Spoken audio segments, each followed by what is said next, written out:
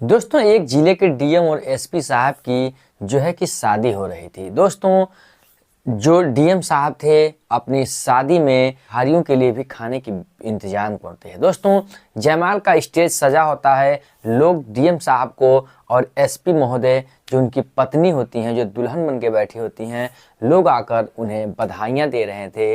और उधर जो क्षेत्र के अर्थात जो शहर के जो भिखारी थे वो भी निमंत्रण में आए हुए थे। उसी में से एक भिखारी निकलता है और जो डीएम साहब थे उनकी स्टेज पर जा पहुंचता है। दोस्तों उस भिखारी को देखकर एसपी महोदय जो पत्नी होती हैं उनकी, जो दुल्हन का रूप धारण की होती हैं, उनके माथे से पसीना छूटने लगता है।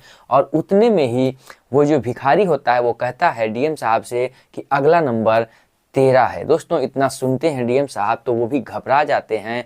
और उधर एसपी महोदय जो होती हैं, दुल्हन उनकी पत्नी, वो तुरंत ही पुलिस वालों को आदेश देती हैं कि इस भिखारी को यहाँ से बाहर किया जाए। दोस्तों इतना सुनने के बाद डीएम साहब जो होते हैं वो घबरा जाते हैं कि आखिर में मामला क्या है, क्या ऐसी बात है जिसने कि भिखारी ने बोला कि अगला नंबर 13 है। वो इस बात को, इस राज को समझना चाहते थे, लेकिन उनकी पत्नी जो थी उन्हें बार बार आदेश दे रही थी कि इसे धक्के मारकर बाहर निकाल दो। दोस्तों इशारों ही इशारों में वो कुछ बात को ज़्यादा ही अंदरूनी मामले से लेने लगते हैं कि आखिर में कुछ दाल में काला तो नहीं है, मेरी पत्नी जो एसपी है वो शादी कर रही है, कहीं मेरे साथ कोई षड्यंत्र तो नहीं रचा जा रहा है। और देखकर अपनी पत्नी के माथे से पसीने छूटते हुए उन्हें भी शक हो जाता है कि लगता है कुछ तो जरूर गड़बड़ है, जिससे कि ये भिखारी कह रहा है कि अगला नंबर 13 है। दोस्तों कहानी में आगे बढ़ने से पहले आपसे छोटी सी रिक्वेस्ट है, चैनल पर नए हैं तो चैनल को सब्सक्राइब कर लीजिएगा, वीडियो को लाइक कर लीजिएगा, क्योंकि वीडियो इतनी इंटरेस्टिंग है कि आपके भी दिल को छू जाएगी। दोस्तों चलिए वीडियो को करते हैं स्टार्ट और समझते हैं कि आखिर में डीएम साहब से भिखारी जो है क्यों कहता है कि अगला नंबर 13 है। दोस्तों ये कहानी है उत्तर प्रदेश के बरेली ज़िले की, जहाँ पर एक सुमित नाम का एक लड़का होता है। दोस्तों वो अपने एक स्कूल जो है कि इंटर कॉलेज में पढ़ रहा होता है, इंटर की पढ़ाई कर रहा होता है। उसी दौरान उसकी ही क्लास में एक संध्या नाम की लड़की होती है जो बहुत ही स्मार्ट और खूबसूरत होती है, वो उसके साथ ही पढ़ रही थी। दोस्तों पढ़ाई करते करते संध्या और सुमित का जो है कि प्यार हो जाता है। दोस्तों ये लोग दोनों एक्स गर्लफ्रेंड हो जाते हैं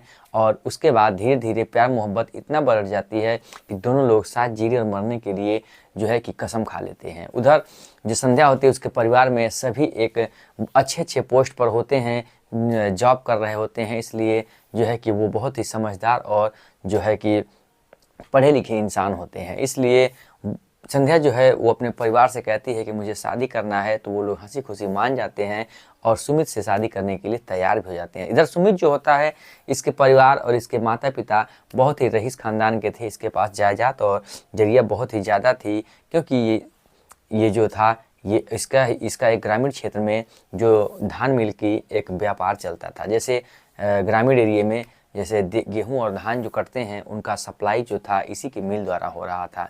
दोस्तों ये बहुत ही बड़ा आदमी था, इसलिए वो लोग राजी हो जाते हैं और दोनों की हंसी खुशी विधि विधान से इन दोनों की शादी हो जाती है। शादी के कुछ दिन बीतते हैं, इन लोगों के जो आपसी प्यार था, जो प्यार की भूख थी, वो मिटती है। उसके बाद संध्या कहती है कि मुझे पढ़ाई करना है और उससे मुझे कोई अच्छी सी नौकरी करना है, जैसे कि मैं डीएम या एसपी बनना चाहूँगी। तो इधर निखिल जो सुमित होता है वो मना नहीं करता है, कहता है ठीक है, मेरे पास पैसों की कमी कहाँ है, बस टाइम की कमी है, तुम्हारे पास टाइम है तो तुम तैयारी कर सकती हो और अपने जो है कि किस्मत को आजमा सकती हो कि अगर तुम्हें नौकरी मिल जाए तो बहुत ही अच्छी बात है। दोस्तों लगन के साथ संध्या मेहनत करती है और 3 साल बाद फाइनल ही वो एसपी के पोस्ट पर तैनात, मतलब सिलेक्शन हो जाता है, वो एसपी बन जाती है। दोस्तों वो अपने पास के ही दूसरे डिस्ट्रिक्ट में उसका जो है कि पोस्टिंग हो जाती है, जहाँ पर एसपी के पद पे वो कार्य कर रही होती है। इधर जो सुमित होता है अपने धंधे को, अपने कार्य को आगे बढ़ा रहा होता है। धीरे धीरे उसका जो मिल का कार्य होता है धान मिल का, वो धीरे धीरे लॉस होने लगता है और व्यापार धीरे धीरे डाउन होने लगता है। डाउन होते होते इतना डाउन हो जाता है कि उसकी जो मिल है वो बंद हो जाती है। इधर जो सुमित होता है वो डिप्रेशन में आके बहुत ही परेशान हो जाता है, क्योंकि उसका व्यापार जो था वो बंद हो चुका था और वो ज़्यादा बहुत परेशान था। उसके माता पिता कहते हैं कि जा बेटा अपनी पत्नी के पास कुछ दिन रह, 2-4 महीने, उसके बाद तो कुछ रिलैक्स माइंड होगा, उसके बाद कुछ सोचेंगे व्यापार के बारे में। तो वो क्या करता है, सुमित अपनी पत्नी के पास चला जाता है और जाकर वहाँ पर अपनी पत्नी के साथ कुछ दिन बिताने लगता है। उधर डिप्रेशन में सुमित जो होता है, उधर जो संध्या थी वो अपनी पोस्टिंग पर थी। तभी अचानक एक बहुत ही हैंडसम और जवान डीएम की तैनाती उसी ज़िले में हो जाती है, अर्थात हरदोई ज़िले में जो है कि एक नए डीएम की तैनाती होती है। तैनाती जैसे होती है, जो संध्या होती हैं इन्हें वो बहुत ही पसंद आ जाता है और पहले ही नज़र में इनको दिल से वो भा जाता है। दोस्तों धीरे धीरे मन में उसके प्रति प्यार की भावना जागने लगती है और वो जो संध्या होती हैं वो डीएम साहब को दिल दे बैठती हैं। एक दिन धीरे धीरे मामला बढ़ते ही बढ़ते जो संध्या होती हैं वो प्यार के लिए उसे प्रपोज कर देती हैं और प्रपोजल जो उस डीएम द्वारा, जिनका नाम अमित होता है, वो एक्सेप्ट कर लिया जाता है। दोस्तों धीरे धीरे इन लोगों का प्यार बढ़ने लगता है और दोनों लोग एक क्लोजली फ्रेंड बन जाते हैं। इधर ये फिर सोचती हैं एसपी महोदय कि अपने पति का क्या किया जाए। तो धीरे धीरे ये इसके साथ षड्यंत्र रचती हैं, क्योंकि ये डिप्रेशन में थे ही, तो इन्हें जो है हॉस्पिटल द्वारा एक सलाह लेकर डॉक्टर द्वारा इन्हें जो है कि डिप्रेशन की और गोलियां, जो इंजेक्शन है वो दिलवाने लगती हैं। धीरे धीरे इंजेक्शन इतना दिलाया जाता है कि ये डिप्रेशन में आ जाते हैं और इसे पागल करार देकर इन्हें पागल खाने में भेज दिया जाता है। दोस्तों ये पागल खाने में सुमित जब पहुंचता है और इसे होश आता है तो देखता है मैं तो एक पागल खाने में आ चुका हूँ। दोस्तों सुमित बहुत ही रोता है, बिल खिलाता है, अपनी पत्नी को समझाता है, लेकिन पत्नी लाख कर मनाने पर भी पत्नी नहीं मानती, क्योंकि उसका इरादा तो कुछ और थी था कि मेरा पति जो है पागल हो जाएगा, उसके बाद मैं दूसरी शादी करके अपना जीवन डीएम साहब के साथ बिता सकेंगे। इधर डीएम के साहब के साथ जो एसपी महोदय संध्या थी वो एक्स फ्रेंड बन चुकी थी। अब रातों रात इनके साथ रंगरलियां मनाने लगी थी। दोस्तों शादी से पहले ही वो शादी की सारी चीज़ें जो है अपने जो प्राइवेट सिस्टम होता है उसके थ्रू अपना जो है कि सारा अपना दिल डीएम साहब को दे बैठती हैं। इधर जो सुमित होता है अपने पागल खाने में धीरे धीरे रिक्वेस्ट करते करते डॉक्टरों द्वारा रिक्वेस्ट करता है कि मैं पागल नहीं हूँ, मुझे पागल बनाया गया है। तो धीरे धीरे फॉरेंसिक टीम आती है और जांच करती है, तो उसमें पाया जाता है कि वाकई सुमित पागल नहीं है, इसे तो ज़बरदस्ती पागल बना के लाया गया है।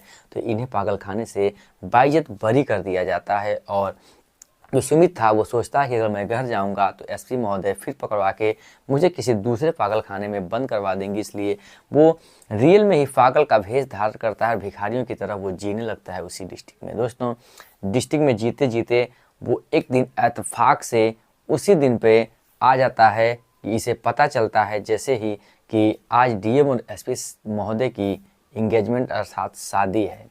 दोस्तों उधर जयमाल का स्टेज सजा होता है, जयमाल पर एसपी महोदय और डीएम साहब बैठे होते हैं।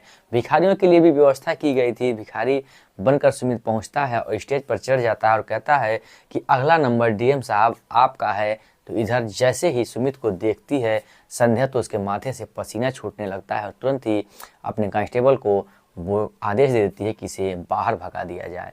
इधर डीएम साहब सुनते हैं तो इनके भी होश उड़ जाते हैं कि आखिर में मेरा नंबर क्या है। आखिर इस छोटी सी बात का बहुत बड़ा शब्द होता है कि आखिर में ये भिखारी मुझे ऐसी बात क्यों कह रहा है। दोस्तों इसकी तहकीकात के लिए फिर वो उसे मना करते हैं कांस्टेबल को कि कोई भी इसे हाथ नहीं लगाएगा, बाहर नहीं लगाए भेजेगा, क्योंकि मैं इसकी तहकीकात को मैं पूरा जानना चाहता हूँ कि इस बात इसने क्यों बोली। दोस्तों फिर से जो भिखारी है उसको अलग ले जाते हैं और सारी प्रक्रिया और सारी बात को पूछते हैं। तो वो सारी चीज़ें बताता है जो सुमित के साथ पूरी ज़िंदगी में हुआ, जो मैं आपको कहानी के हिसाब से मैं अभी आपको सुनाया हूँ, वो सारी चीज़ें बताता है। उसके बाद डीएम साहब जो हैं वो भी बौखला जाते हैं कि जो अपने पति की नहीं हुई वो मेरी क्या होगी। आज जो है कि बता रही है कि मैं शादीशुदा नहीं हूँ, मैं एक वर्जन वर्जिनलिटी, जो वर्जन एक महिला होती है, मैं उस प्रकार से हूँ और मेरे साथ झूठ बोल के मेरे साथ शादी कर रही है। फिर वो संध्या को बुलाते हैं और उससे पूछते हैं क्या तुम इन्हें जानती हो। तो कहती नहीं मैं इसको नहीं जानती हूँ। उसके बाद कहते हैं ठीक है। उसके बाद पूरा जो है कि मामला संज्ञान में लिया जाता है और फिर वो जो सुमित होता है, जो भिखारी बना होता है, वो अपने पर्स को निकालता है, दिखाता है अपनी शादी की वो फ़ोटो जो संध्या और उसके साथ जो खींची गई थी। तो डीएम साहब को पूरा यकीन हो जाता है कि ये संध्या मेरे साथ गेम खेल रही है और मेरे जीवन को धिक्कार बनाने वाली है और मेरे जीवन को बर्बाद करने वाली है। दोस्तों पूरी टीम को बुलाया जाता है, उसके बाद एफआईआर लिखा जाता है, मामला न्यायालय में जाता है, न्यायालय से जांच होती है, उसके बाद एसपी महोदय को दोषी करार देकर उन्हें जो है कि ड्यूटी से बर्खास्त किया जाता है और उन्हें आजीवन कारावास के लिए सज़ा सुनाई जाती है। वो अपने जीवन को जो है कि सज़ा काट रही होती हैं। उधर सुमित जो होता है अपने परिवार में जाके अपने माता पिता के साथ अपना जीवन यापन करने लगता है और डीएम साहब जो है कि अपनी ज़िंदगी बर्बाद होने से बचा लेते हैं। फिर जो सुमित के माता पिता होते हैं डीएम साहब के पास आते हैं, उनके पैर तले गिर के उनसे माफ़ी मांगते हैं कि आप अगर ना होते तो मेरा बेटा भिखारियों की ज़िंदगी जीता और मेरे घर पर कभी नहीं आ पाता। आपके ही बदौलत मेरे बेटा से मेरी मुलाकात हो गई और मेरा बेटा मेरे जीवन में दोबारा आ गया। तो उधर डीएम साहब कहते हैं नहीं, ऐसा कुछ नहीं, जो विधि का विधान है, जो लिखा है वो होकर ही रहेगा, जो होता है वो अच्छे के लिए होता है। अगर ये नहीं होते तो मेरा जीवन भी बर्बाद हो जाता।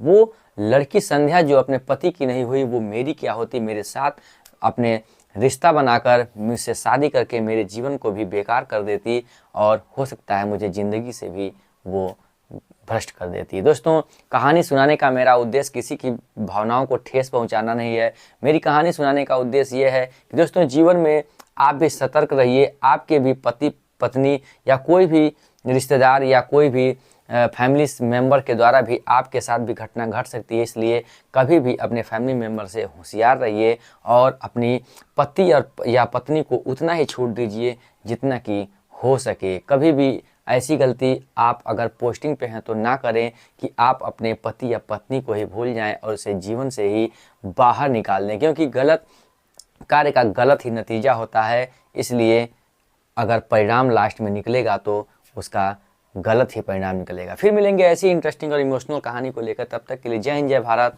वंदे मातरम।